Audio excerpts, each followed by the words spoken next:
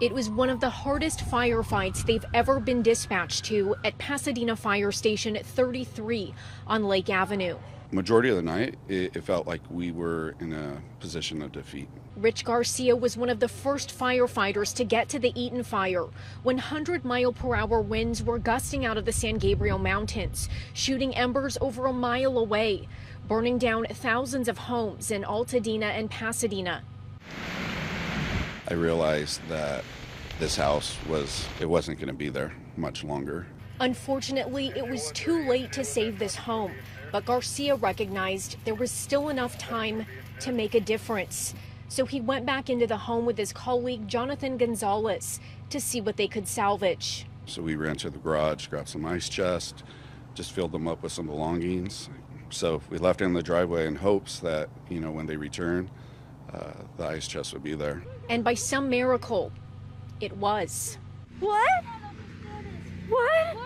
Oh my God! La foto Let de me la see. familia de Navidad. Oh my God! Boda, mi novia. Oh my God! You can hear their hearts pouring out. Clara and her mother Maria, when they found these treasured pieces of their family's history, wedding photos, childhood photos with their family in Cuba. I couldn't believe that. Who had done that? Like, who was in the house? Obviously, a firefighter must have been, but I knew the pressure that they were in because I had been watching the news all night. And then to see that somebody really took the time to think about us, not just to think about the task. Especially when the task of fighting this historic fire, saving homes and lives, was so colossal. That was just so moving. So we want to know immediately, like, who were these angels that were here? It turns out Garcia also wanted to know whose home he was in.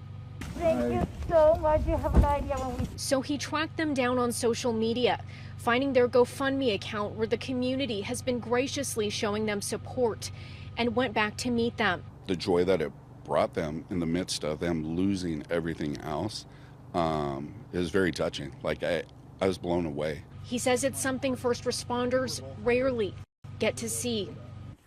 I want to see two things in Los Angeles: voter ID, so that the people have a chance to vote, and I want to see the water be released and come down into Los Angeles and throughout the state.